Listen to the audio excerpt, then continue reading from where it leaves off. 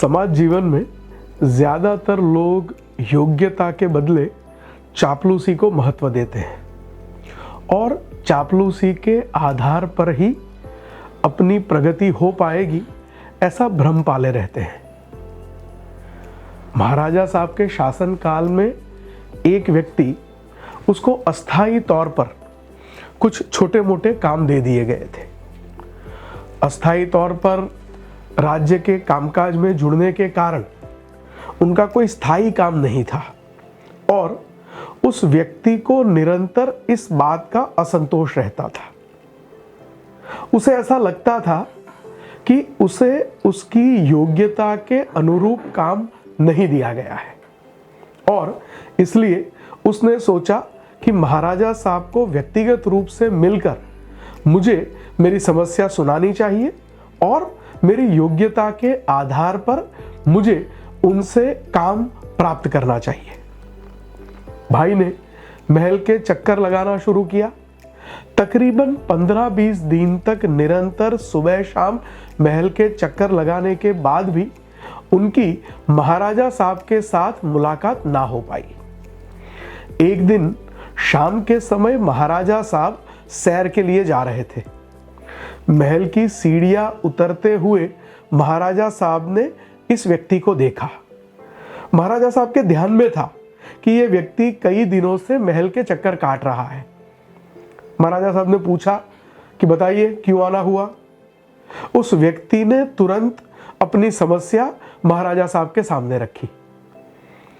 महाराजा साहब ने पूरी बात तो सुन ली पर सबके सामने सब सुन सके उस प्रकार से उसे फटकार लगाते हुए कहा कि पिछले 15-20 दिनों से महल के चक्कर काटकर मुझे मिलने का जो प्रयास किया उसके बदले अगर जो काम आपको सौंपा गया है वही काम आपने ठीक से कर लिया होता और आपके ऊपरी अधिकारी का आपके लिए योग्य अभिप्राय बनाने का प्रयास किया होता तो शायद मैं इससे ज्यादा महत्वपूर्ण कुछ काम सौंपने का विचार भी करता।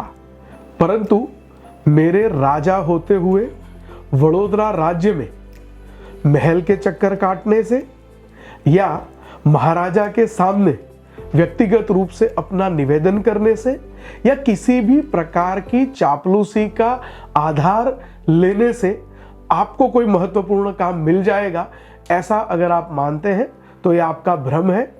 जो काम सौंपा गया है वह काम करिए, उस काम में आपकी योग्यता को सिद्ध करिए और योग्यता के आधार पर ज्यादा महत्वपूर्ण काम की अपेक्षा रखिए। आज पूरा समाज जब योग्यता के बदले चापलूसी को अपना आधार बनाने की दिशा में आगे बढ़ रहा हो, आज से 100 साल पहले महाराजा साहब की न्यायप्रियता और महाराजा साहब की योग्यता को आधार देने की, योग्यता को आधार मानने की पद्धति किसी भी शासक को एक नई दिशा देती है। कोई काम छोटा नहीं होता।